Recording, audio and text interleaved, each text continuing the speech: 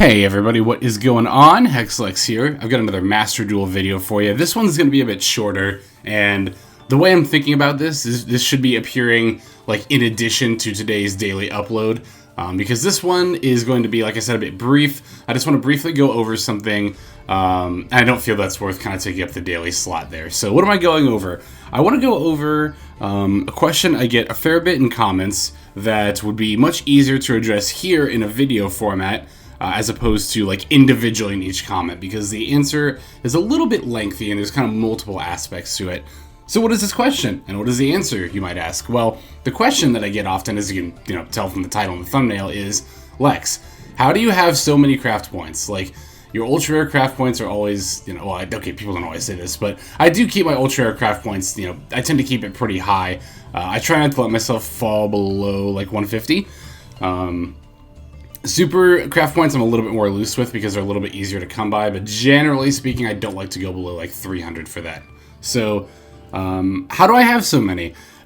Well, one of the more obvious questions might be like, instead of, well, how do you have so many craft points, is how much money are you spending? I'm actually not spending a ridiculous amount of money on this game, believe it or not. I have bought the, I've bought into some of those like sale packs with the gems where you get them at a discounted rate, but I would never ever buy gems that aren't at a discounted rate at this point in time, because at this point in time, the prices, like the real life money cost for gems that aren't in a special discount pack, is kind of outrageous. I would not at all spend money on this game if you're not buying one of those discount packs. I have bought a couple of those discount packs though, so that definitely helped. But honestly, one of the big ways that I acquire so many craft points is just by kind of spending my gems all the time, right? So if we actually go over here to the home screen, you see, yeah, I've got all of 93 gems, and that's pretty par for the course for me.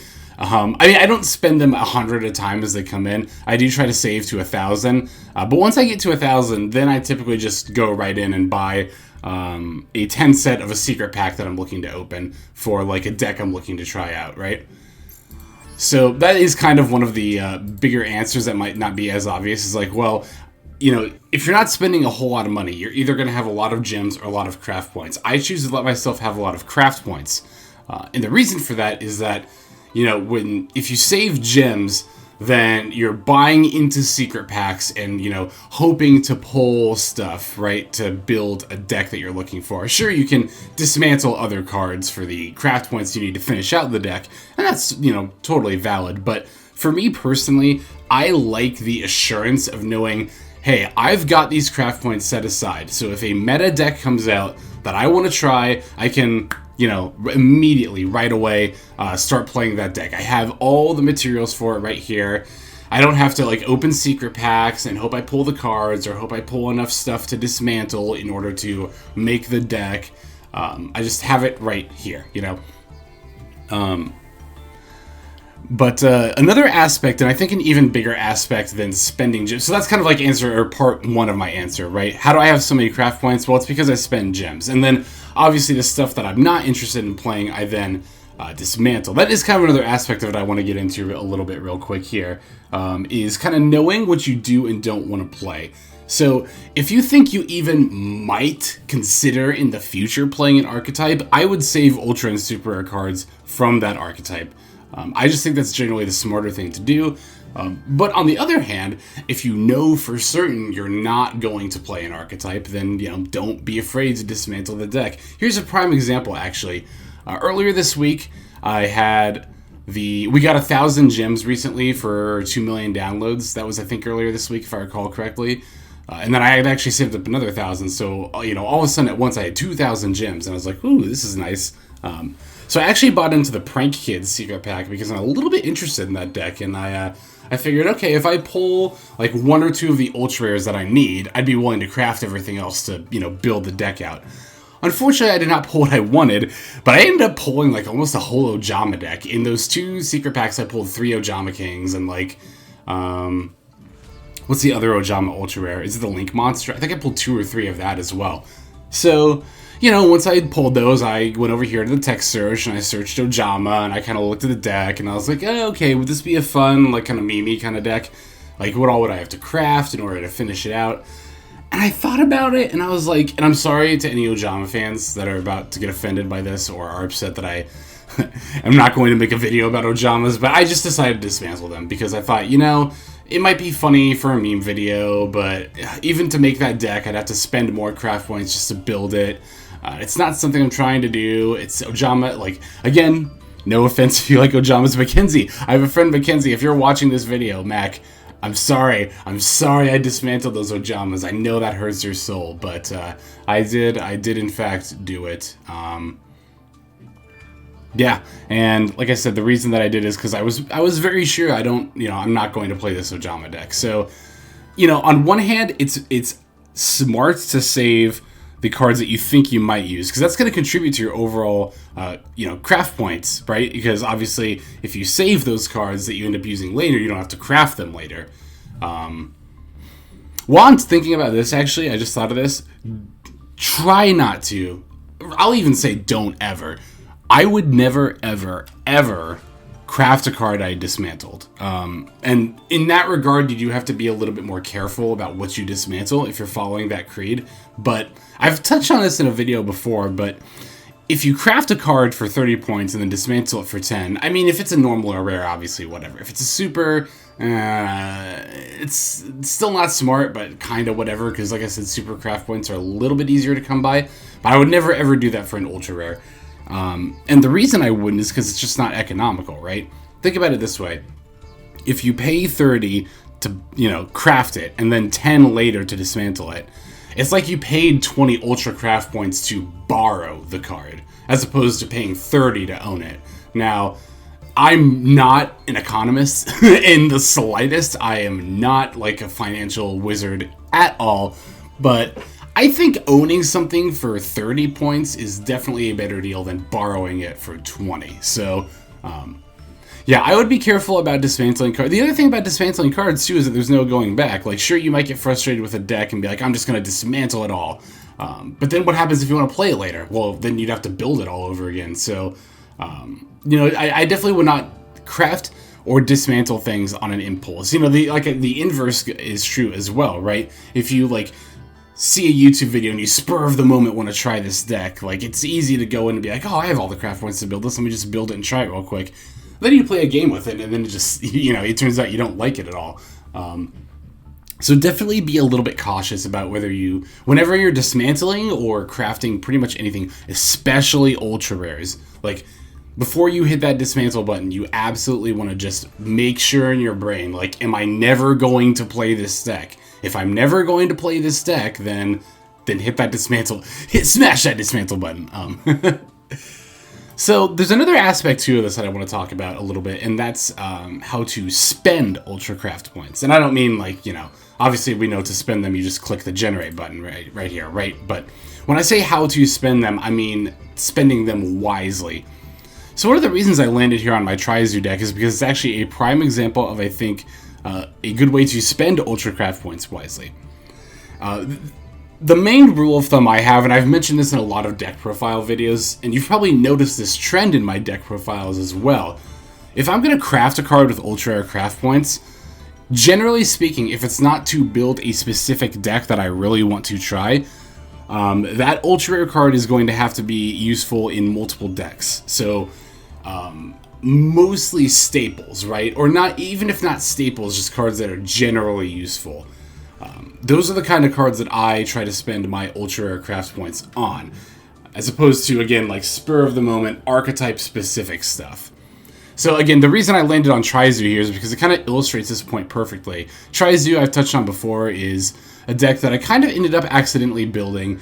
I wasn't intending to build this deck. My first deck was actually going to be Sky Strikers, because I pulled a Kaigiri.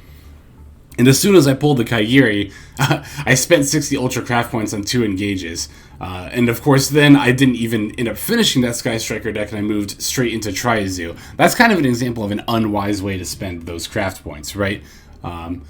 Another little tip I guess I have for you there. I would not invest craft points into a deck unless you're going to like finish that deck. Like, because if you do it otherwise, you're going to end up with like 6 like half finished decks, and you won't have the craft points to finish any of them. And that's definitely not a position you want to be in.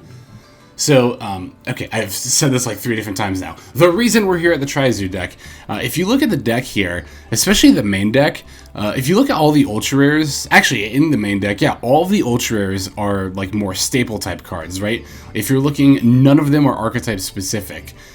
The Ultra Rares in this deck are Maxi, Ash Blossom and Joyous Spring, Nibiru, Harpy's Feather Duster, Lightning Storm, Called by the Grave, Forbidden Droplet, and Infinite Impermanence. So once I had pulled the 2 archetype-specific Shurigs that I needed, the only other archetype-specific cards I really had to craft were Zodiac Trident and the Double Dragon Lords. Double Dragon Lords I didn't even craft until, like, I don't know, a few weeks after I built the deck. But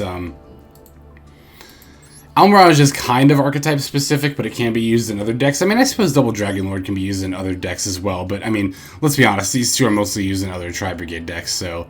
Trident was also a bit of an archetype specific Ultra Rare to craft for the extra deck, but, you know, in addition to playing this deck, it also enables us to play any Zodiac variant, so I was fine with that as well. But yeah, if we look at all the other extra Ultra Rares in the extra deck, I mean, we've got Zeus, that's a pretty generic format staple, right? Almirage, I would even argue, is a bit of an extra deck staple. It's a little niche, but it's still useful in multiple decks. And then we have like Appalachia and Access Code Talker, right? Like these are like these are probably 2 of the Link monsters I use the most, especially Access Code Talker. I think any deck that I have Link monsters in, I've got Access Code Talker in. So if you're going to be spending Ultra Craft points, one of the best ways to go about it, like I said, is to make sure that you're spending points on cards that you're using in multiple decks. I mean, let's even take a recent example, right? Like that Sky Striker video I made recently. The update, the Season 3 update that came out the other day, right? So what we updated in that deck was the Terraforming, the IP Masquerena, and the Nightmare Unicorn, which, although these are frequently seen in Sky Strikers, I did not have in the deck prior. And the reason I didn't have them in the deck prior was because at the time I built Sky Strikers, I didn't have any other plans to use these cards in other decks. Well, then I built Adamancipator, which meant I crafted the IP Masquerena and the Nightmare Unicorn. And then once I built Numerons, I crafted Terraforming, you know, for that deck. So then I was like, okay, now that I've got multiple decks that I can use these cards in, now I actually have, you know, a quote-unquote justification to craft them, and now I can slot them into other decks. That's another good way, I think, to spend your Ultra Craft points. Another good way to be economical about it, that is to, you know, build a deck, right? If you want to build a deck, like I did with Sky Strikers, like I wanted to try Sky Strikers, but I wasn't, like, full in, like all in on them, right? I wasn't committed completely to the deck, so I wanted to try it out before committing more Ultra Craft points. So, it's not a bad idea to kind of look at multiple lists for a deck, especially if you're on a budget and you need to like manage your craft points particularly well. Yeah, one of the best ways to do it is to look through multiple lists, see which, you know, ultra rare cards maybe see some fringe play or maybe aren't completely necessary to the deck. And maybe try the deck, you know, without those cards first and see if you like it before you actually commit like all in to crafting the deck. Let's see, I'm trying to think if there's anything else I want to address as far as, you know, just saving craft points. Let's see, I've touched on the fact that I spend a lot of gems. I've touched the fact that I try to, you know, make staples. Sorry, I bumped the mic there. Ooh. Hopefully that's not too bad.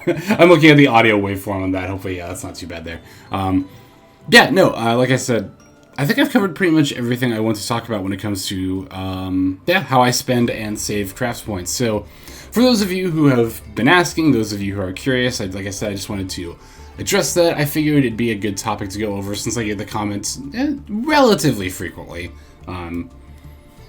Yeah, that said, though, I really appreciate you guys commenting and asking these kinds of questions, because it not only, when you guys ask questions, not only, you know, does it make me stop and think, like, okay, what is, you know, a good reasoning behind, you know, what I'm doing here, but it also helps me, you know, get ideas for videos like this or improve the channel or my play. I've said it a million times and I'll say it a million more times because I think it's true. Like, the feedback I get from you guys and the questions you ask, like, are so helpful. You know, like, it's I see a lot of people say, like, oh, Lex, like, you know, like, talking about how they, like, I don't know. I don't want to say look up to me because that sounds a little, like, self-aggrandizing, but I think half the reason that I do as well as I do in this game, I'd even say probably more than half, is because of you guys watching. Like, obviously not only giving me the motivation to play by watching my videos so I put out more, but also, like I said, your guys' feedback. Like, it's so helpful. I think a key part of improving, not only at this game, but at literally anything in life, is getting feedback from other people. And to see it in the comments, it's awesome. It's so awesome. Like, I still can't get over it. Sorry, this is turning into a little vlog here. The only other thing I was going to say was that I still can't believe, like, even after a couple of months now, like, that you guys like me. You really like me. is more or less what I was going to say. Okay, I'm done, you know, ranting at this point. Thank you, as always, for watching. I greatly appreciate it. Without further ado, though, this is HexLex, signing out. And I hope you have a fantastic day.